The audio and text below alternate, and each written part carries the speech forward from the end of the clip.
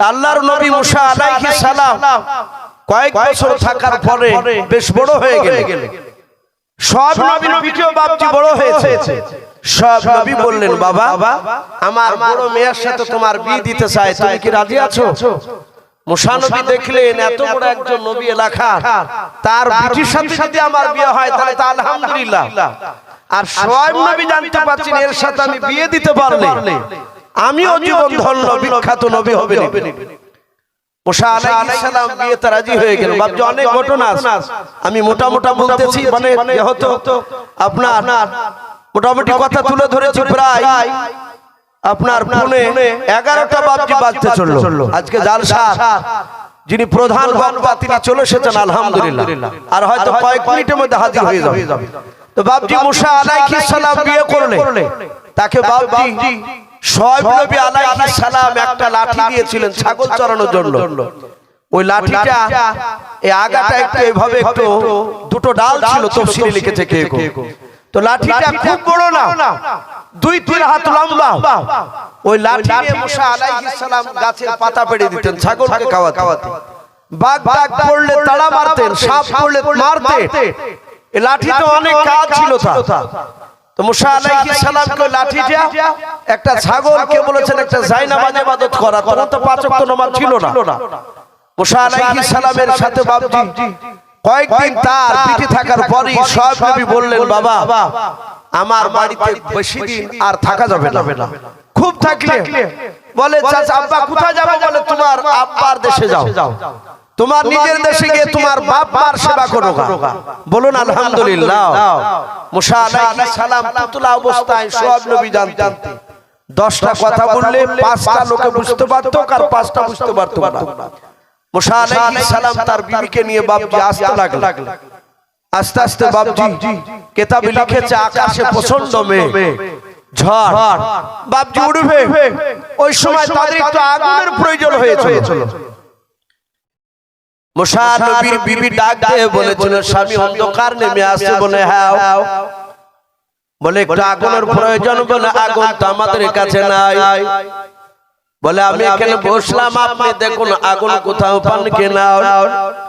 মুসা আলাইহিস সালাম হাতে লাঠিখানা নিয়ে বাবা ওই আগুন খুঁজতে খুঁজতে তার বিবি থেকে অনেকটা দূরে গিয়েছে। মুসা আলাইহিস সালাম বাবা অনেকটা দূর যাওয়ার পর দেখেন একটা পাহাড়। ওই পাহাড়ের চূড়ায় দেখছে একটা গাছের বাবা। ওই গাছের বেশ কিছুটা দূরে দেখছেন আগুনের প্রদীপ জ্বলছে দাও দাও করে। মুসা নবী আলাইহিস সালাম বাবা আগুনটা ধরতে যাবে ওই ডাল দিয়ে, যাহাতে ধরতে যায় আগুনটা অপর দিকে বাপ উঠে চলে গেল। আবার মুসা নবী নিচে নেমে আসেন, আবার আগুনটা ধরতে যাবা উঠে গেল। এইভাবে কয়েকবার বাপ উঠছে আর নামছে। মুসা নবীর একটু ভয় হলো। মুসা নবী মনে মনে ভাবতেন কি ব্যাপার, আগুন ধরতে যাচ্ছে, আগুন কেন অপর দিকে উঠে যায়? হঠাৎ করে আগুনের ভিতর থেকে বাবা আওয়াজ বেরিয়ে আসলো, ওমা তিলকা বিয়ামিনিকা ইয়া মুসা। ভিতর থেকে আওয়াজ আসলো, মুসা তোমার ডান হাত ওটাকে। মুসা আলাইহিস সালামকে বাবা যখন ডাক দিয়ে বলে তোমার ডান হাত ওটাকে, মুসা আলাইহিস সালাম তিনি বলেছিলেন আমার ডান হাতে এটা আশা মোবারক লাঠিখানা। ও বাপজি ভাইরাও, মুসা নবী আলাইহিস সালাম হাত বলে লাঠিটার নাম আশা মোবারক। এই লাঠি দিয়ে অনেক আমি কাজ করি, এই লাঠি দিয়ে আমি অনেক উপকার পাই। এই কথা বাপজি বলতে লাগলো। আমার আল্লাহ ডাক দিয়ে বলেন, মুসা তোমার ডান হাতের লাঠিখানা তুমি মাটিতে ফেলে দাও। যাহাতে মুসা নবী ভয়ে বাপজি লাঠিখানা ফেলে দিলেন। উনি মনে মনে ভাবলেন আগুন থেকে কথা বলছে, যাহাতে লাঠিখানা ছেড়ে দিলেন। আর মাটিতে পড়ার সাথে সাথে বাবা বিরাট সাপে পরিণত হয়ে গেল। বলুন সুবহানাল্লাহ।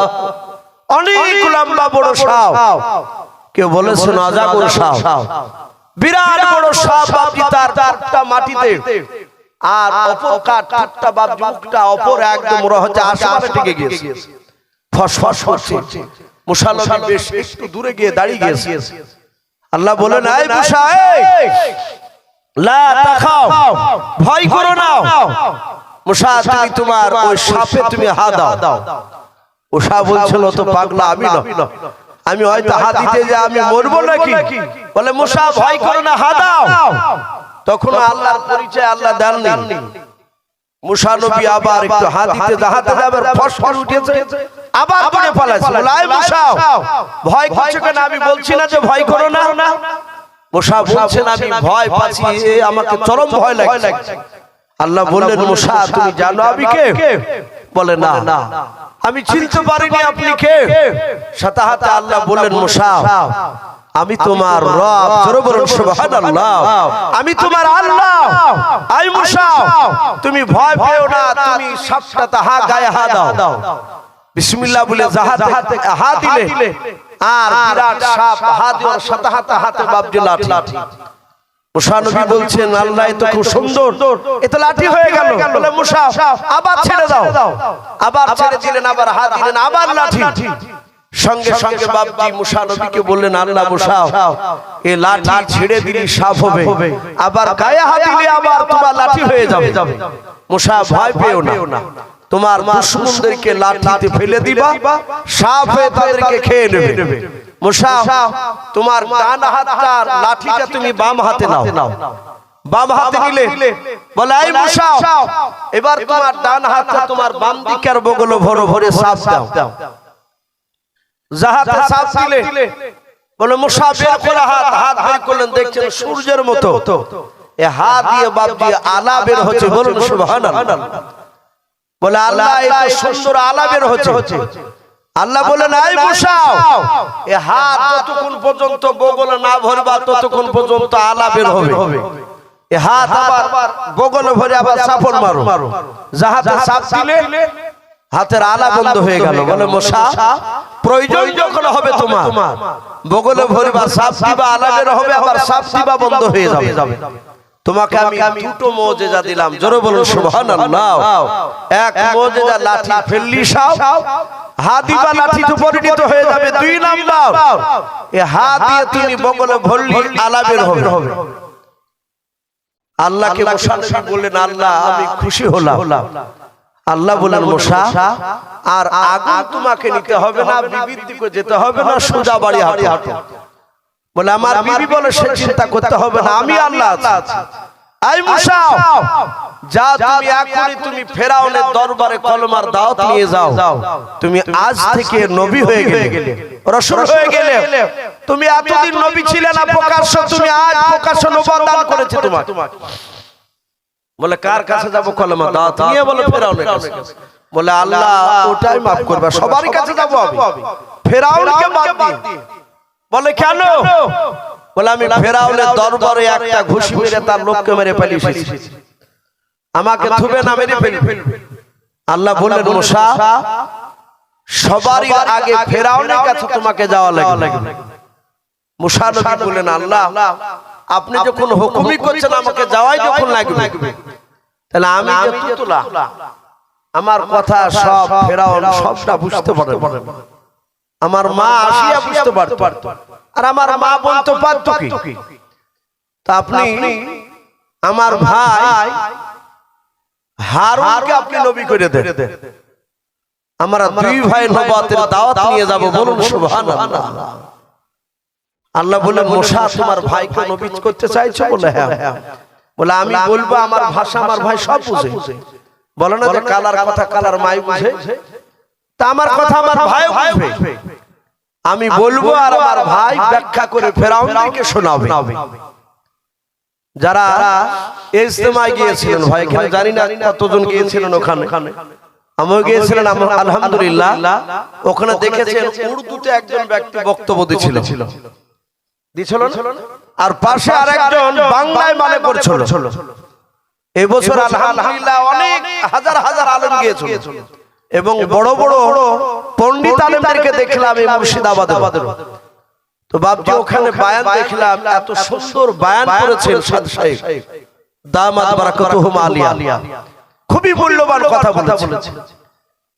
তো বাপজি এই মুসা নবী বললেন আল্লাহ আমার বড় ভাইকে আপনি নবী করে দেন। তা আল্লাহ বললেন যা মুসা আমি তোমার কথা মেনে নিলাম, তোমার ভাই হারুন আজ থেকে নবী। বলুন সুবহানাল্লাহ। ই জানি নে মুসা নবী আলাইহিস সালাম বাড়িতে গিয়ে বাপজি তার ভাইয়ের খোঁজ করছে। বলা মাঠে গিয়েছে, উট চড়াচ্ছে, দেখছে বাপজি তার ভাই বান্নাতি তো পর্দা পর্দা বুঝে না। মুসা নবী গিয়ে সালাম দিচ্ছেন, ভাই হাতের কাপড় নামা, ও নবী ভাই। হারুন বলছে যে মজা করছো নাকি? আমি আবার নবী হলে কি করে বলে, নবীর সার্টিফিকেট আমি আল্লাহর কাছ থেকে নিয়ে এসেছি। জোরে বলুন সুবহানাল্লাহ। উনি তাড়াতাড়ি কাপড়কে নেমে বলেন, ভাই আমি নবী? বলে হ্যাঁ। বলে আল্লাহ তোমাকে নবুয়ত দান করেছে। চলো দুই ভাইকে ফেরাউনের কাছে যেতে। ফেরাউনের দরবারে মুসা নবী পয়গম্বর গিয়েছেন। ফেরাউন প্রথমে বাপজি চিনতে পারে না, বেশ কয়েক বছর পর বাড়ি গিয়েছে। হামান দাঁড়িয়ে আছে বাবার দরবারে। ফেরাউন বাসা হামান ডাক দিয়ে বলে, ভাই তুমি তো মুসা। হামান চিনতে পেরেছে। মুসা নবী বলেন, হ্যাঁ আমি মুসা। ফেরাউন সিংহাসন থেকে দাঁড়িয়ে বলল, ওরে মুসা, তোকে আমি মারার জন্য অনেক লোক ধরতে পাঠিয়েছিলাম, পাইনি, কোথায় ছিলি এতদিন? মুসা নবী বলেন, আমি মাদানী শহরে ছিলাম। তার ভাই হারুন সব ঘটনা বাপজি খুলে শোনালো। বলে বাদশাহ, আমি আজ থেকে আপনাকে আব্বা বলে ডাকবো না, আমি আপনার নবী, আপনি আমাকে নবী বলে মেনে নেন। যদি নবী বলে না মানেন তাহলে আপনি জাহান্নামে যাবেন, আপনি জান্নাত যেতে পারবেন না। ফেরাউন হাসছে, বলছে এতদিন থেকে তুই নবী হয়ে এসেছিস, নবী দাবি করছিস, এই নবী দাবি করছিস তো তোর নবুয়তের প্রমাণ কি? বলে বাদশাহ প্রমাণ দেখবা? বলে হ্যাঁ। ডান হাতের লাঠি কানা মুসা নবী রাজ দরবারে ছেড়ে দিয়েছেন। কয়েক সেকেন্ডের মধ্যে বাবা বড় সাপে পরিণত হয়েছে। ফেরাউন বলে, বাবা মুসা, তাড়াতাড়ি তুমি সাপটা তুমি তোমার কাছে নিয়ে নাও। মুসা নবী হাত দিলেন, সাপটা বাপজি লাঠি হয়ে গেল। ফেরাউন বলে, আর কি নিয়ে এসেছো তুমি? বলো প্রমাণ। আল্লাহর নবী মুসা ডানা হাতখানা বাম দিকের বগলে ভরে দিয়ে চাপ দিলেন, বের করেছেন। ফেরাউনের চোখে বাপজি এভাবে হাতটা ধরেছে, আলাকা নাও। ফেরাউন তাকাতে পারে না আলার গতিতে বাবা। ফেরাউন বলে, ওরে মুসা, তাড়াতাড়ি আলাটা তুমি বন্ধ করে দাও। আবার বাম দিকের বগলে ভরে চাপ দিলেন, বন্ধ হয়ে গেল। ফেরাউন বলল, মুসা আমি তোমাকে আল্লাহ বলে মানব না, তোমার ভাই হারুনকে মানব। বলে, আয় মুসা, তুমি জাদুঘর হয়েছো, জাদু শিখে এসেছো। আমিও জাদুঘর, আমার অনেক আছে, তার সাথে তোমাকে পাল্লা দিতে হবে। মুসা নবী বলেন, আমি রাজি আছি। বলে আগামীকাল, বলে তাই হবে।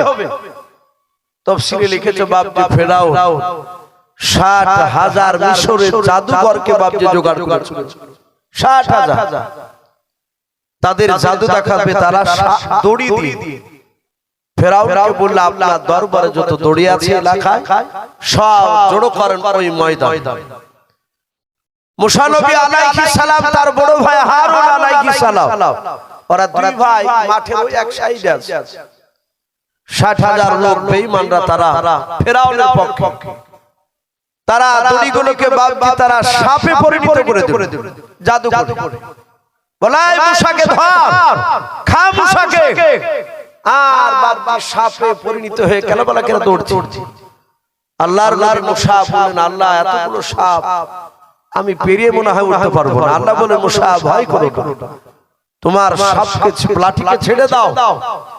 জাহাজে ছেড়ে দিলে ওই মুসা নবীর সাপে এক লোকমাতে গপ করে ৬০,০০০ জাদুকৃত সাপকে গপ করে বাপজি একবারই খেয়ে নিল। বলুন আলহামদুলিল্লাহ। এই জাহাজের সাপে সাপকে খেয়েছে। ৬০,০০০ লোকের মধ্যে থেকে ২০,০০০ জাদুঘর তারা দেখলো এই মুসা নবী জাদুঘর নয়, এ প্রকৃতি আল্লাহর রাসূল নবী। সাথে হাতে কই দিলা, বলে, ও মুসা, ওগো নবী, আমরা ফেরাউন মানুক বা না মানুক, আমরা আজ থেকে তোমার কলেমা পড়ে নিলাম। জোরে বলুন সুবহানাল্লাহ, আর জোরে বলুন সুবহানাল্লাহ। এরা 20,000 লোক মুসা নবী আলাইহিস সালামে দরবারে বাপজির দিকে চলে গেল। তাহলে থাকছে বাপজি আরো 30,000 না কত, 40,000, 40,000 জাদুঘর। ফেরাউন দেখলো 20,000 ওদিকে গিয়েছে। ফেরাউন বলল, আমার সৈন্যরা ওদেরকে ধর, ওদের সবাইকে হত্যা করতে হবে। মুসা আলাইহিস সালাম আগে আগে দৌড়ে চলে যায়। মুসা নবীর কওমরা, মুসা নবীর ভক্তরা মুসা নবীর সাথে বাপজি দৌড়ে পালিয়ে যায়। ফেরাউন ধরে ফেলবে। ফেরাউনের কয়েক হাজার বাপজি বেঈমানেরা সৈন্যরা বাপজি মুসা নবীকে ধরা ধরে সৈন্যকে মারবে, মুসা নবীকে মারবে। দৌড়াতে লাগলো। মুসা নবী নীল দরিয়ার কাছে যাওয়ার পর থেকে কোনো যানবাহন নাই, নৌকা নাই। আল্লাহকে ডাক দিয়ে বলেন, আল্লাহ এই নদীর ধারে এসেছি, আমার কওমদেরকে, আমার উম্মতিদেরকে আল্লাহ তুমি বাঁচিয়ে নাও। এই ফেরাউনের লোকেরা আমাদেরকে ধরে ফেলবে, এবার কেমন দিয়ে পালায়। আমার আল্লাহ বলেন, মুসা তুমি ভয় পেও না, চিন্তা করো না, তাওয়াক্কালতু আলাল্লাহ, তুমি আমার উপর ভরসা করো। ওরে মুসা ভয় করো না, তোমার ডান হাতে যে লাঠি আছে মুসা, তুমি নদীর পানিতে, তুমি নীল দরিয়ায় তুমি একবার আঘাত করো। যাহাতে মুসা নবী আঘাত করলেন, সঙ্গে সঙ্গে বাবা ওই নীল দরিয়াতে বাবা 12টা রাস্তা হয়ে গেল। জোরে বলুন সুবহানাল্লাহ। একটু জিকির করেন লা ইলাহা ইল্লাল্লাহ। ভাই লজ্জা করবেন না, একটু মহব্বত পড়ে নিন লা ইলাহা ইল্লাল্লাহ, লা ইলাহা লা ইলাহা ইল্লাল্লাহ, লা ইলাহা ইল্লাল্লাহ, লা ইলাহা। এ তৌহিদ का डंका आलम में, तौहीद का डंका आलम में बजाते व कमले अला आकाने हक ला इलाहा इल्लल्लाह मोहम्मद बड़ो ला इलाहा इलाहा इल्लल्लाह मुहम्मदुर रासूलुल्लाह সাল্লাল্লাহু তাআলা আলাইহি ওয়াসাল্লাম। বাপজি মুসা আলাইহিস সালাম তার দলবল নিয়ে ওই নীল দরিয়ার ভিতর দিয়ে পার হয়ে গেলেন আল্লাহর কুদরতে। তার উটগুলো সৈন্যরা মুসা নবীর কওমরা যখন দৌড়ে যাচ্ছিলেন, নীল দরিয়ার নিচকে আর মাটি খটখট করে শব্দ হচ্ছিল। বলুন আলহামদুলিল্লাহ। ভাই লাস্টে ফেরাউনের দলবল, এমনকি ফেরাউন সহ ওই নদীতে বাপজি যাওয়ার পরে আল্লাহ রাব্বুল আলামিন বললেন, এই পানি পাঁচিল ভেঙে যাও, সমতল হয়ে যাও।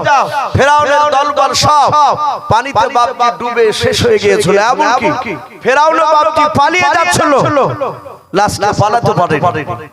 আবার তার ঘোড়া এসে বাপজি নদীতে ঝাঁপ দিয়ে ফেরাউনকে বাপজি সেই জিবরিল আলাইহিস সালাম ওই যে আপনার কাগজে সহি করে নিয়েছিল যে যার বাড়িতে খাবে তার কথা না শুনলে তার মন বলে, আমার মন বলে তাকে পানিতে ডুবিয়ে মারি।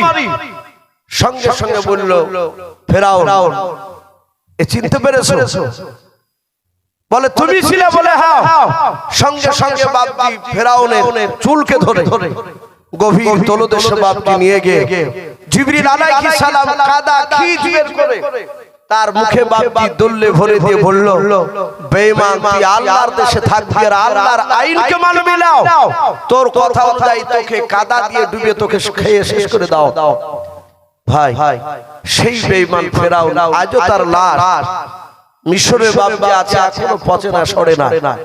কিয়ামত পর্যন্ত বাপজি সরবে না, পচবে না। তো ভাই আমি বলছিলাম আমাকে মুসা আলাইহিস সালামে কিছু কথা বলার জন্য বাপজি অনুরোধ করা হয়েছিল। আমি বেশ কিছু কথা বাপজি আপনাদের সামনে একটু তুলে ধরলাম। আমি প্রতিটা বাপজি ভাইকে বলবো, বক্তব্য বাপজি শোনার সারমর্ম হচ্ছে বাপজি 5 ওয়াক্ত নামাজ পড়া, পিতামাতার সেবা করা, বড়দেরকে শ্রদ্ধা করা, ছোটদেরকে স্নেহ করা, আর হারামকে ছেড়ে দিয়ে হালালকে বাপজি গ্রহণ করা, পাড়ার প্রতিবেশীর সঙ্গে সৎ ব্যবহার করা আমরা করব। বলুন ইনশাআল্লাহ, বলুন ইনশাআল্লাহ। ভাই আমাদের খুব কাছের মানুষ, আমি ওনার কাছে হয়তো না পড়লে উনি আমার উস্তাদ সমতুল্য। আমি মশলা আমাকে কেউ খুব জটিল প্রশ্ন করলে, আমার অনেক মানুষ প্রশ্ন করে, তখন বাপজি মুফতি সাহেবকে ফোন করে একটু আলোচনা করে যে মুফতি সাহেব এই বিষয়ে কি হবে একটু বলুন। একদম চটচট করে বাপজি উত্তর দিয়ে দেয়। আর সকলেই জানে গোটা পশ্চিম বাংলার মধ্যে বাপজি বড় মাদ্রাসা যে জুলুলিয়া মাদ্রাসা, সেই মাদ্রাসার উনি প্রধান শিক্ষক, এবং আমাদের পাশের এলাকার বাপজি মুফতি সাহেব, এটা আমাদের সৌভাগ্য যে একজন বড় আলেম আমাদের এলাকায় বাপজি পেয়েছে। আলহামদুলিল্লাহ উনি চলে এসেছেন আপনাদের সামনে, খুব মূল্যবান কথা উনি রাখবেন। আমি বেশ কিছু কথা আপনাদের সামনে আলোচনা করেছি ভাই, বলার মধ্যে ভাষার মধ্যে যদি ভুল হয়ে যায় সকলে ছোট ভাই কিংবা ছোট ছেলে হিসেবে ক্ষমা করবে। এই বলে আমার বক্তব্য শেষ করলাম। ওয়া আখিরি দাওয়ানা আনিল হামদুলিল্লাহি রাব্বিল আলামিন। আসসালামু আলাইকুম ওয়া রাহমাতুল্লাহি ওয়া বারাকাতুহু। আলহামদুলিল্লাহ, আলোচনা খুব সুন্দর করলেন এবং আপনাদেরকে ধন্যবাদ যে আপনারাও ধৈর্যের পরিচয় দিয়ে আপনারা ধীর স্থির ভাবে বসে রইলেন। তা আরো কিছুক্ষণ বসে থাকেন, শুনলে বুঝতে পারবেন বিষয়টা। জনাব হযরত মাওলানা মুফতি জারজিস হোসেন সাহেব মুহাদ্দিস, বেলডাঙ্গা দলিল মাদ্রাসার প্রধান শিক্ষক, উনি আপনাদের সামনে এখন